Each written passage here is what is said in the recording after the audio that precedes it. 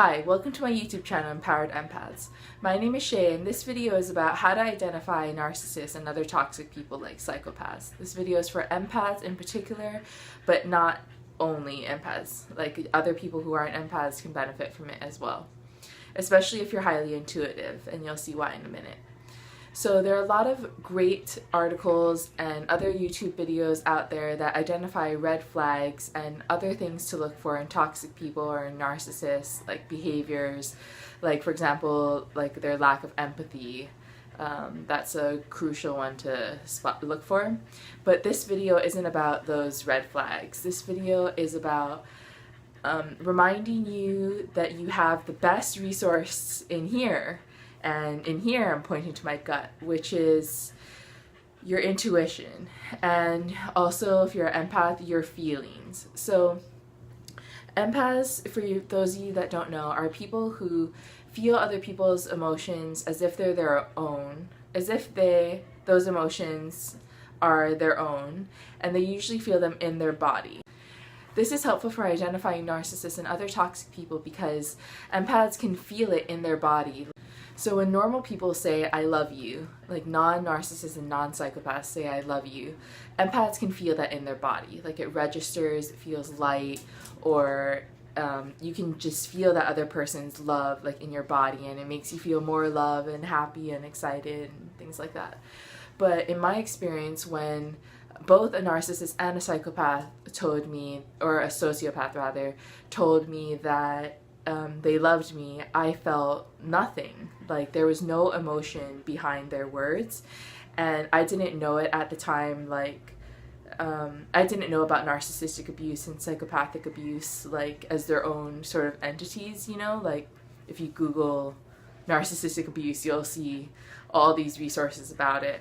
And I didn't know that. I just knew about narcissists and sort of thought that they were people who took a lot of selfies. I was ignorant about what a narcissist truly is, which is somebody who's malignant and like lacks empathy for other people. It tends to be really selfish and self-serving, manipulative, callous, just all around a great character, right? Somebody you would want for your best friend. No. Okay.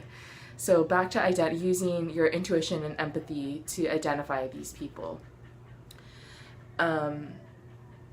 Basically, that's the tip, to use your intuition and empathy to identify these people. Because I see intuition and empathy as gifts, and they may be gifts to like help other people and help serve others in the world, but I think that they're also present and gifted to us to help us. I think everyone has intuition, including narcissists and psychopaths. They tend to have really good intuition, especially for your vulnerabilities and your weak spots, but that's a different video.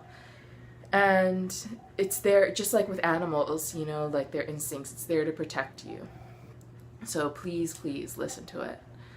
And the other thing I wanted to say is that besides that you guys are wonderful, and thanks so much for your comments and likes and subscriptions to my channel. It means so much to me. I also wanted to say this is the best thing, the most reliable thing, because that for identifying these people. Because I don't know about you, but I don't go around, I'm an INFJ, and that means it's like introverted, intuitive, feeler, judgment, and it's for the Myers-Briggs test. And you can look that up if you want more information about that. But it's basically somebody who makes decisions based on their feelings. So for someone like me, and a lot of empaths are INFJs, not all empaths are INFJs, but a lot of them are, I'm assuming they're gonna be like me, like not going around with a list of red flags in their head. It's important to memorize what these red flags are so you can spot them like as they show up. But I don't go around, like when I meet people, I don't go around like with a checklist in my head, but I do very much look for whether or not they're narcissistic and whether or not I have like what my intuition is about that.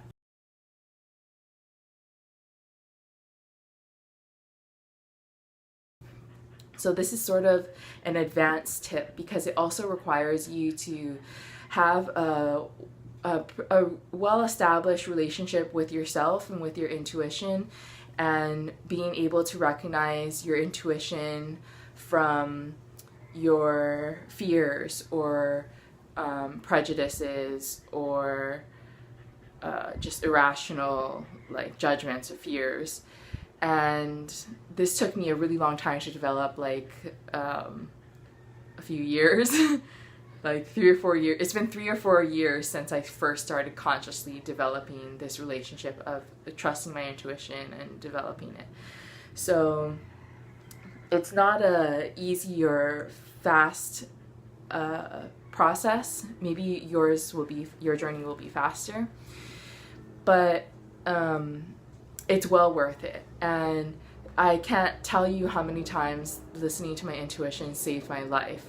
And so I'll give you one quick example of using your intuition to identify narcissists and psychopaths. So in this example, it's actually a school that I'm using they might as well will have been a giant narcissist, because there are so many narcissists at this school and a few psychopaths, at least one sociopath.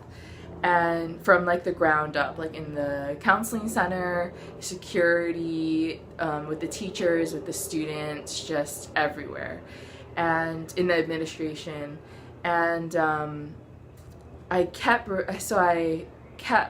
repeatedly getting the intuition, don't go to this school. And I didn't know why, because on paper it looked really good.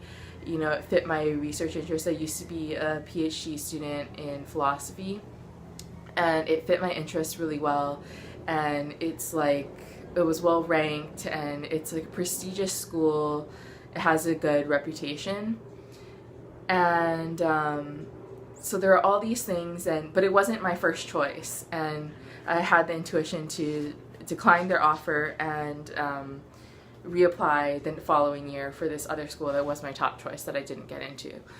And I can't tell you how many times I wish I had listened to this, but I got to, on a side note, I got to a place where I'm finally able to say, you know, thank you for that experience. And I'm so proud of that, because I use it as like a hallmark of healing, because I watched this Oprah clip that was like basically saying that's the sign of forgiveness, when you can say thank you for that experience.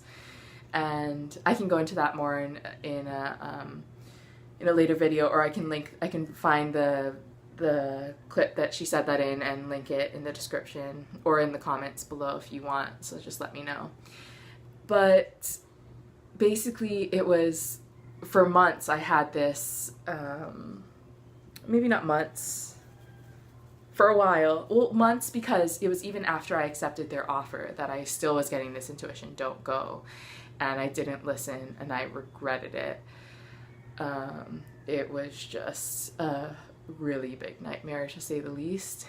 But I am here, I survived, and now I get to share my wisdom and everything I learned with you guys. To be sure, I use this example of the school because it was a case in which I didn't know about narcissistic abuse yet, but still identified with my intuition a very extreme, like very toxic place filled with narcissists.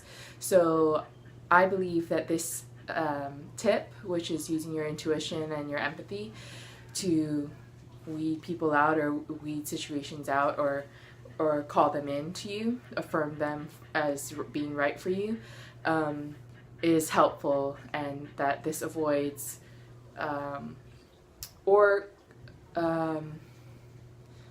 avoids, but complements having knowledge of all those red flags. But if you go blank on the red flags, you can always fall back on your intuition and your empathy. That's my point. So I hope that helps. So if you guys found this video helpful, just please let me know in the comments, or like this video, share, and look forward to seeing the next video. Bye!